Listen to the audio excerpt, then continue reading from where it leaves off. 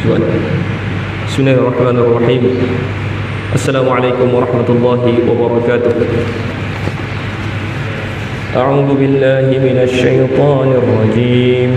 Dzalika wa man yu'azzim hurumatillah ذلك ومن يعظم حرمات الله فهو خير له عند ربه وأحلت لكم الأنعام إلا ما يتلى عليكم فاجتنبوا الرجس من الأوثان واجتنبوا قول الزور حنفاء لله غير مشركين به ومن يشرك بالله فكأنما خر من السماء فتخطفه الطير أو تهوي به الريح في مكان سحيق. الحمد لله رب العالمين والصلاة والسلام على أشرف الأنبياء والمرسلين وعلى آله وصحبه أجمعين. Tuan-tuan yang dirahmati Allah Subhanahu wa taala sekalian, ayat yang saya bacakan sebentar tadi ia adalah berkaitan dengan perumpamaan. Di dalam Al-Quran kita akan perasan Allah Subhanahu wa taala secara konsisten apabila dia nak sampaikan sesuatu maklumat kepada kita ataupun dia nak ajarkan kita sesuatu, secara konsisten Allah Ta'ala akan bagi kita contoh ataupun dia akan berikan kita perumpamaan. Seorang guru yang hebat ataupun seorang pensyarah yang terror kan, di dalam poket dia mesti ada contoh. Setiap benda yang dia ajar tu mesti ada contoh. Kenapa dengan contoh? Kerana dengan contoh, benda yang detail kita jadikan di umum, lalu semua orang boleh gambarkan benda tu. Lalu apabila ia boleh digambarkan, ia memudahkan untuk orang faham. Contoh tu semua orang boleh tahu. Jadi kita boleh mudah faham. Yang pertama. Yang kedua, contoh juga dia boleh membuatkan pelajar kita tu ingat apa yang kita ajar sebab contoh yang kita bagi. Demikian dalam Al-Quran kita akan dapati setiap benda yang Allah Ta'ala, bukan setiap lah, tetapi benda yang Allah Ta'ala nak bagi emphasize, Allah Ta'ala nak tekankan benda tu, dia akan berikan contoh. Cumanya tuan-tuan, kebanyakan contoh yang diberikan di dalam Al-Quran ada yang boleh kita tangkap. Ada yang boleh kita tangkap, kita dengar, oh boleh faham.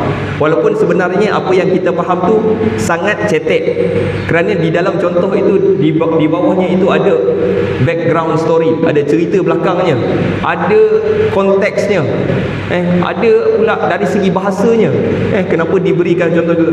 Banyak dia punya lapisan-lapisan contoh di dalam Al-Quran. Tetapi banyak contoh yang juga diberikan di dalam Al-Quran, kita dengar, kita boleh faham.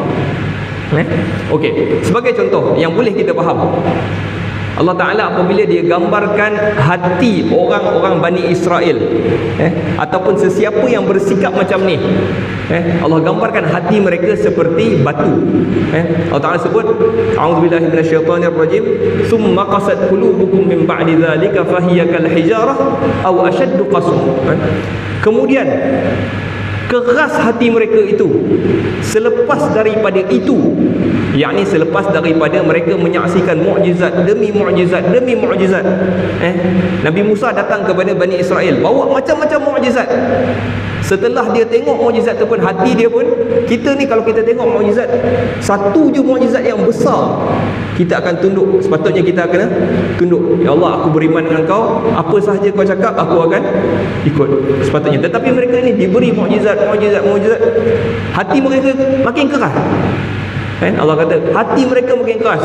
Lalu Allah umpamakan hati mereka, fahiyakal hijarah, seperti batu, au asyaddu qaswah, ataupun lagi keras daripada batu. Jadi apabila kita dengar perumpamaan ni, oh hati macam batu, kan? Boleh faham tak? Kita boleh faham. Kita boleh faham. Secara umumnya perumpamaan tu kita boleh tangkap, kita boleh faham di dalam Al-Quran.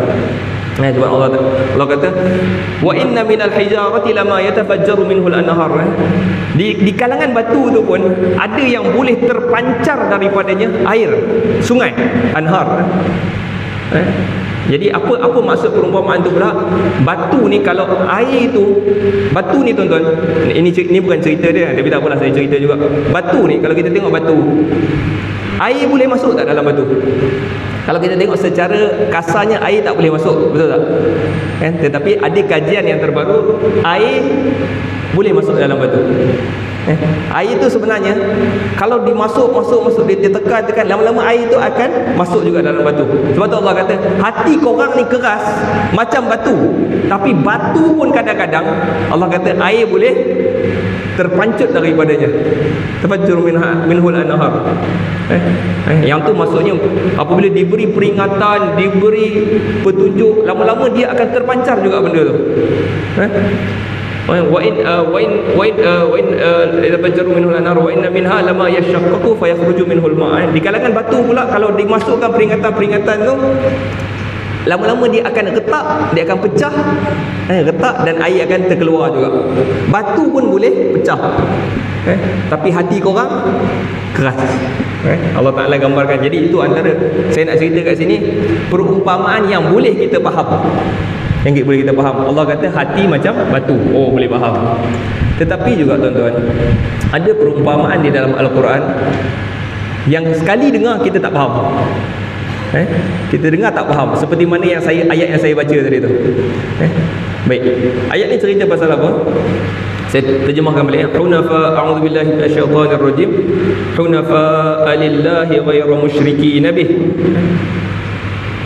Lurus kepada Allah, tulus kepada Allah tanpa mereka itu mensyirikkan dengannya, mensyirikkan Allah itu.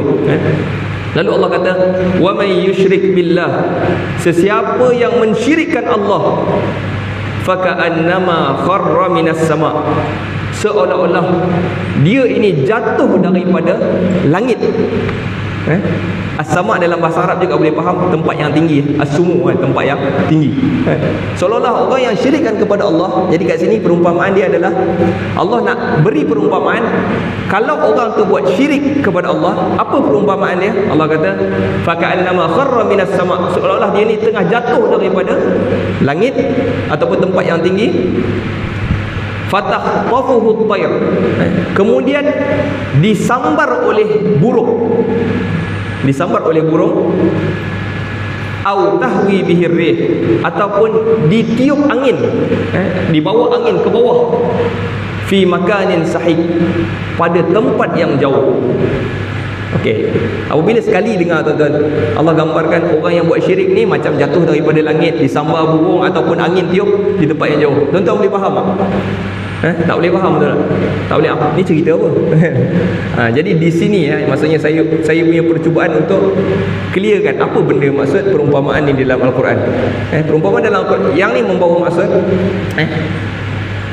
kalau kita perasan di dalam Al-Quran, Allah sering kaitkan kita orang yang beriman ni, orang yang beriman sesungguhnya dia telah berpegang kepada tali Allah. Tuan-tuan perasan tak? Wa may yakfur bit-taghuti wa yu'min billahi faqad istamsaka bil urwatil wuthqa. Sesiapa yang kufurkan dengan taghut dan dia beriman dengan Allah, sesungguhnya dia telah berpegang dengan tali yang simpulan yang kuat. Jadi gambaran orang yang beriman dengan Allah Subhanahu Wa Taala adalah orang yang pegang dengan tali Allah ni. Bumi ni hancur, tapi ada tali daripada langit, kita orang beriman pegang padanya. Itu gambaran ni. Ini panggil taswir dalam Al-Quran. Allah bagi gambaran. Macam tu. Orang yang beriman tengah pegang tali kepada tali Allah. Allah Ta'ala sebut juga dalam surah. Allah kata wa'tasimu bihablillahi jami'a. Peganglah kamu semua dengan tali Allah semuanya. Macam gambaran tu kita pegang dengan tali Allah. Hadis Nabi sebut kitabullah hablun mamdudun minas sama'i wal ardh. Kitab Allah, Al-Quran itu adalah tali yang dipanjangkan daripada langit ke bumi. Jadi gambaran-gambaran ini macam orang yang beriman, dia pegang dengan tali Allah yang pertama. Jadi orang yang syirikkan Allah, umpama dia tak ada apa-apa dia pegang, lalu dia pun jatuh daripada langit, tak ada apa dia pegang. Nampak? Orang kita selamat sebab kita pegang dengan tali. Orang syirik tak ada apa, lalu dia jatuh daripada tempat tinggi dan dia jatuh di bawah, jatuh di bawah. Itu gambaran yang pertama. Gambaran yang kedua, Allah Taala kata fatahqafuhu at-tayr, lalu burung pun ambil makan, dimakan oleh burung. Khatafa dalam bahasa Arab dia boleh difahami, dia macam gambaran dia adalah macam pernah tengok ni tak apa, harimau. Kalau harimau tu makan harimau, singa kan, singa dia makan rusa kan, seekor rusa, ramai-ramai singa makan tu. Khataf tu dia seekor singa makan, tarik tangan cabut keluar. Sekali makan tarik keluar kan. Ataupun macam jerung tu ada orang berenang jumpa jerung makan tangannya, cabut tangannya, hilang. Itu dia panggil khataf.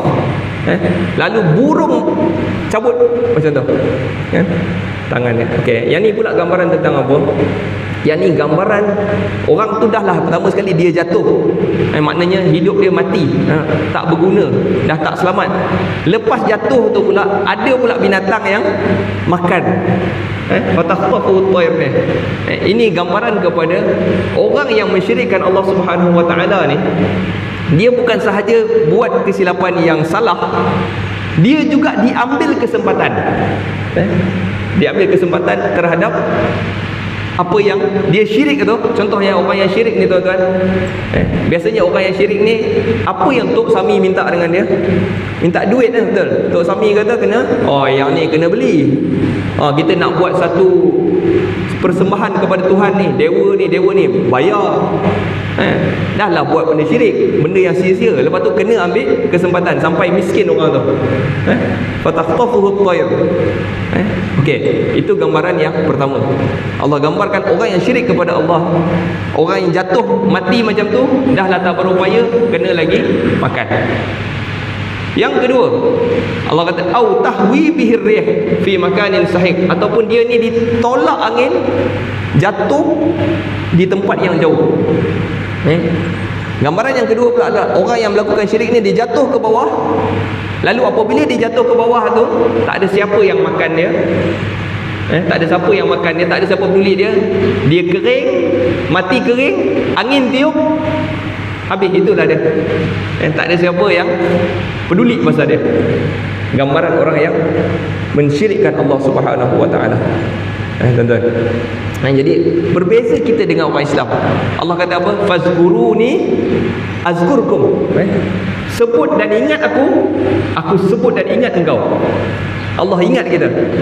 Orang yang syirik tadi fi makanin sahih, dia tak ada siapa yang peduli dah pasal dia.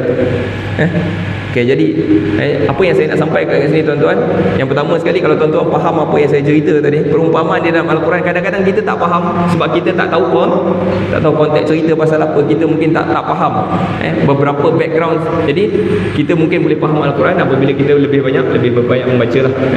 Yang kedua, mesej yang saya nak sampaikan kat sini, benda yang paling teruk yang boleh kita buat dalam dunia ni adalah syirik, tuan-tuan. Syirik ni saya nak kena explain. Kalau kita tanya orang, syirik tu apa? Syirik tu menjadikan sesuatu sekutu dengan Allah kan, menyekutukan Allah kan. Jadi basically syirik maksud dia, Allah tu maha tinggi, maha agung, kita anggap orang lain macam Allah, boleh buat kerja Allah juga. Yang tu juga termasuk mensyirikkan Allah. Ataupun kita bawa turun Allah sama dengan orang lain, itu juga kedua-duanya syirik kepada Allah Subhanahu Wa Taala. Jadi syirik adalah benda yang paling teruk yang boleh kita buat.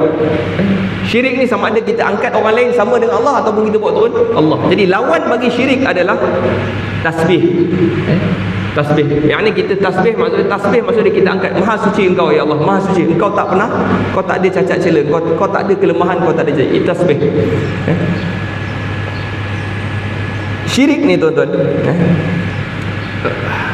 kalau kita kata satu dosa yang boleh kita buat, yang paling teruk, tak ada yang lebih teruk daripada syirik.